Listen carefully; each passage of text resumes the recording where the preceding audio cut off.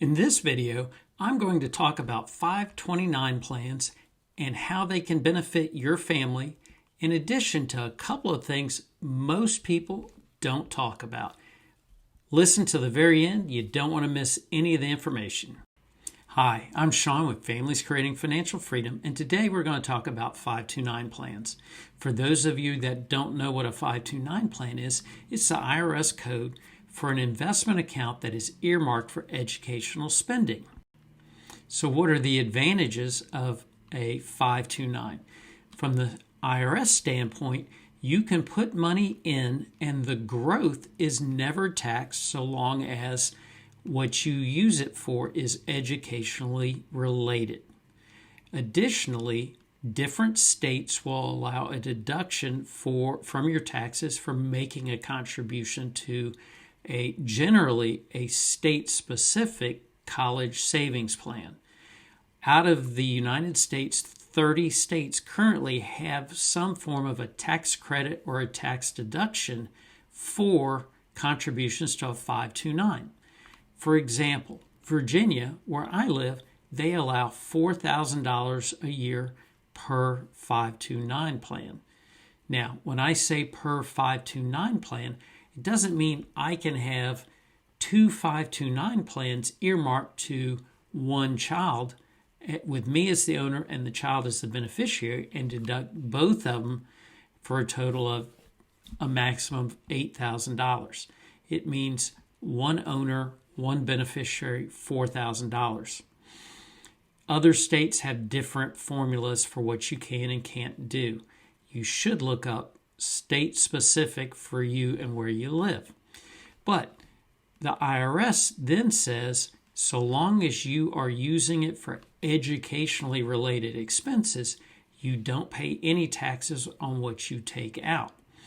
Some people will say, but what if my child doesn't go to college? What if they go to a trade school? Education, correct? That would count. What if they get scholarships or they go to a military college that covers everything?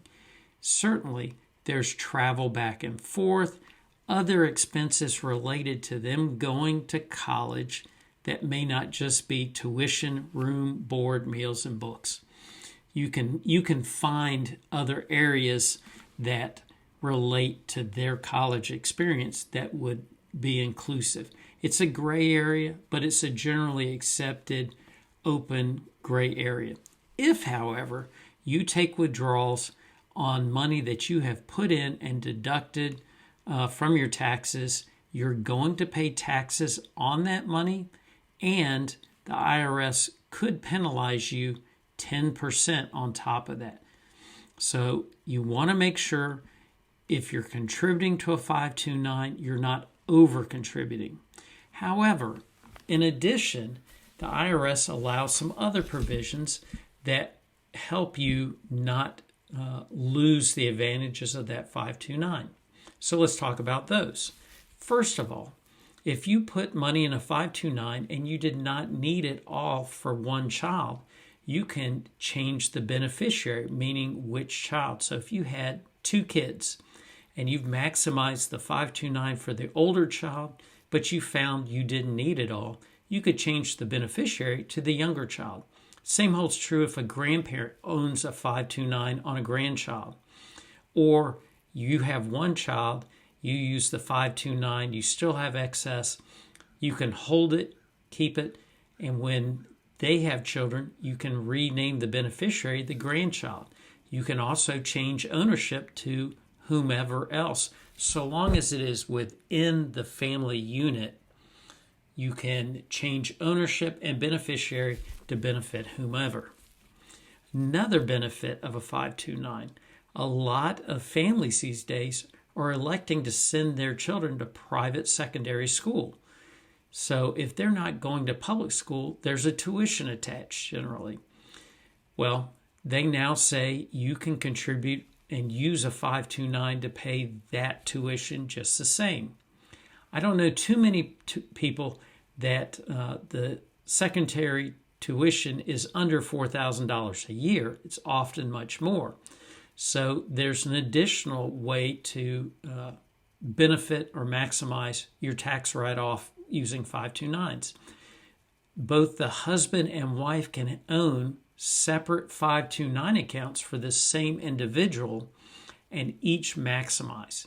So, for example, in Virginia, I could contribute $4,000 to a 529 for one of my children. My wife could do the same and therefore have an $8,000 tax write-off on my state income tax every year. That is not going to be a write-off on my federal taxes, but I'll take any tax savings I can get, especially if I know I'm spending the money anyway. So that's a huge benefit if you have kids in private school. The other thing is, let's say, for example, you get through college and you have not used all of a 529 account, but you have student loans. Well, here is a special, I'll call it a hack because I don't hear a lot of advisors talk about it, but it is certainly legal area to work within. It is not gray or murky water. The IRS says you can use up to a total of $10,000 from 529 plans to pay on your student loans. In Virginia, the way it might work is, well, let me step back and say, that may not be only you having leftover 529 funds. So you might potentially have not used it all, scratch your head, think, what am I going to do? And I also have student loans, so you could use $10,000 of that to apply to your student loans, change the beneficiary down the line to another child or whomever, and still not lose the benefit of the 529. The other way to work this system, legally, lawfully, in your favor, is, per se, in Virginia, contribute $4,000 the first year, $4,000 the second year, $2,000 the third year.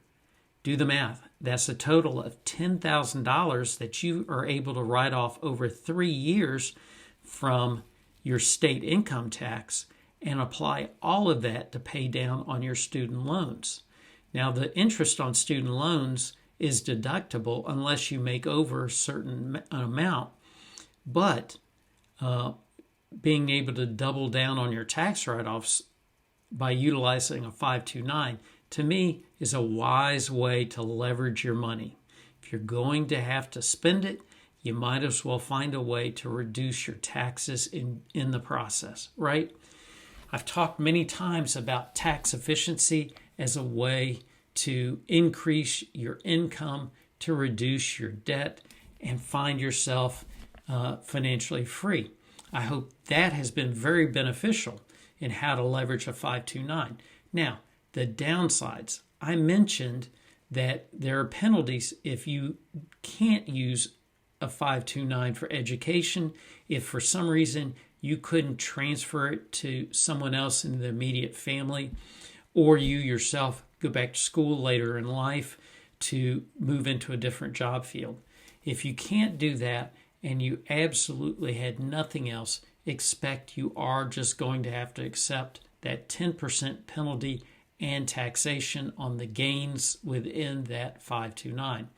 That's the only downside. So I tell you, don't put in more than what you can write off your taxes. Otherwise, use a different investment vehicle for saving for college. And there's a couple of unique strategies that can still benefit your children in a great way. And we'll talk about those in other videos.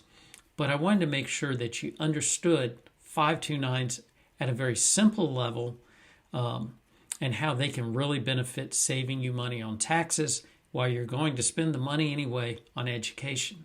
If you have other questions, feel free to reach out to me in the comments. I'll share some information where you can reach out. Until the next time, take care. Have a great day.